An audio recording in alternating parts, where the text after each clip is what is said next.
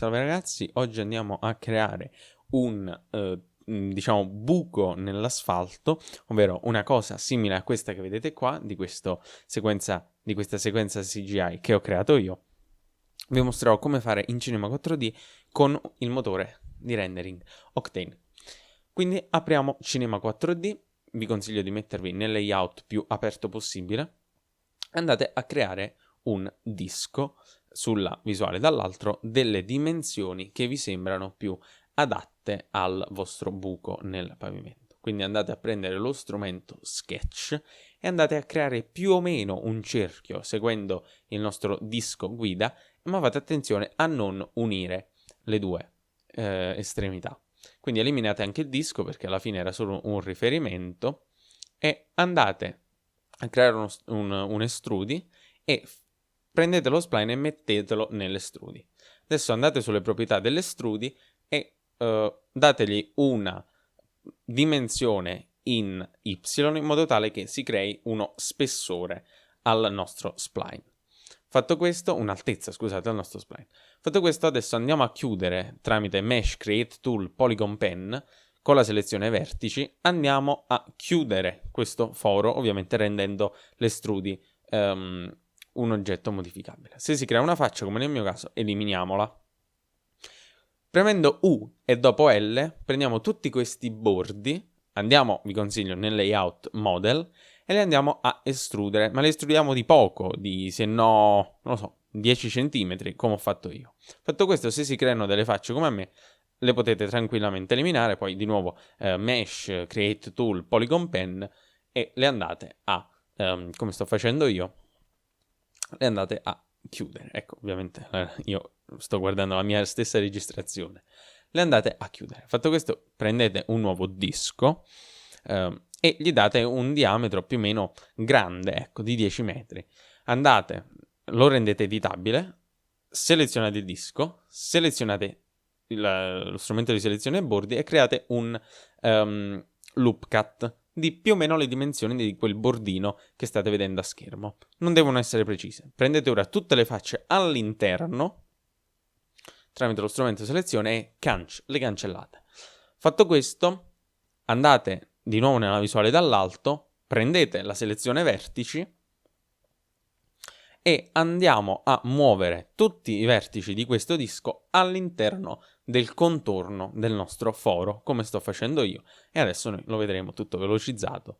Mi raccomando, fate entrare bene all'incirca al centro, non deve essere una cosa precisa, all'incirca al centro. Fatto questo, abbassiamo il nostro estrudi di 20 cm in modo tale che tocchi il pavimento. Quindi andiamo a creare un tubo di diametro, sceglietelo voi, deve essere giusto un po' più grande dell'estrudi. Quindi diamogli un'altezza, io ho messo 10 metri perché sarà poi la profondità, e lo andiamo a mettere nella visuale laterale, come vedete, in mezzo, diciamo che non tocca né l'estremità sopra né l'estremità sotto. Prendiamo tutte le facce e le cancelliamo tutte le facce esterne.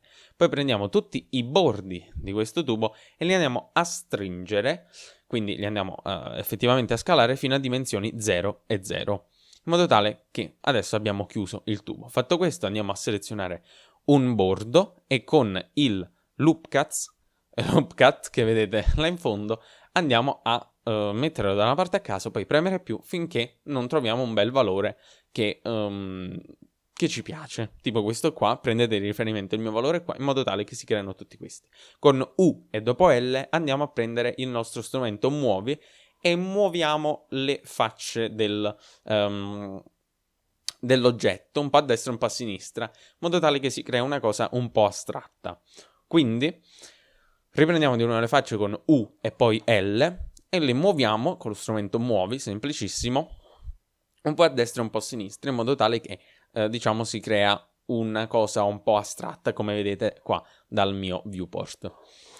Fatto questo, che cosa andiamo a fare? Andiamo ovviamente nel lato rendering, quindi texturing eccetera. Io vado nella mia visuale di Octane, voi ci avrete la vostra, e creiamo solo per comodità un HDRI environment, in modo tale da darci un po' di luminosità alla scena, in modo che vediamo bene i colori eccetera. Quindi creiamo un nuovo diffuse material di colore all'incirca colore simile a quello dell'asfalto, ma non dovete essere proprio precisi, andiamo su Common e poi clicchiamo su Matte, in modo tale che si trasformi in un shadow catcher che, come vedete nel viewport di Octane, diventa totalmente trasparente.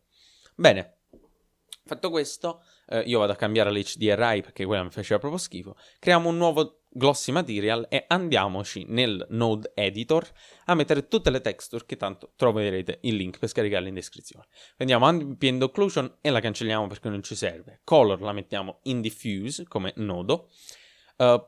Displacement la possiamo anche eliminare.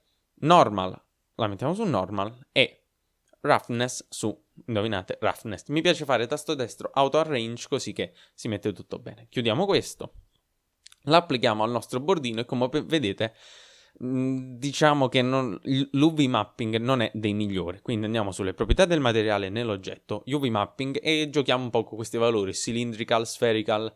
Io non mi ricordo cosa ho messo, vediamo cosa ho messo spherical e come vedete è abbastanza buono per quello che devo fare io. Quindi andiamo, creiamo un nuovo glossy material e importiamo di nuovo tutte le texture della roccia, come si dice, dell'interno poi del nostro foro e colleghiamo tutte le mappe tranne il displacement. Il displacement dovremo andare sul materiale displacement e dobbiamo mettere add displacement in modo tale che adesso abbiamo un nodo secondario. Fatto questo, vabbè, impostiamo un valore di all'incirca 50 cm come displacement, come diciamo grandezza delle rocce e l'andiamo a mettere all'interno del tubo. Fatto, se non fosse per questa schifezza che è uscita, questo perché dobbiamo andare ad eliminare tutte le facce del nostro tubo nella parte superiore, quindi U più V nella selezione facce ed ecco qua che abbiamo cancellato tutte le nostre facce. Fatto questo abbiamo creato il nostro fantastico scavo nell'asfalto, nel pavimento dove volete metterlo, per creare una cosa del genere, come ho fatto io, che l'ho fatto proprio con quasi lo stesso modello, e poi vi potete veramente sbizzarrire. Bene, con questo ho finito, e ci vediamo giovedì prossimo con un altro video.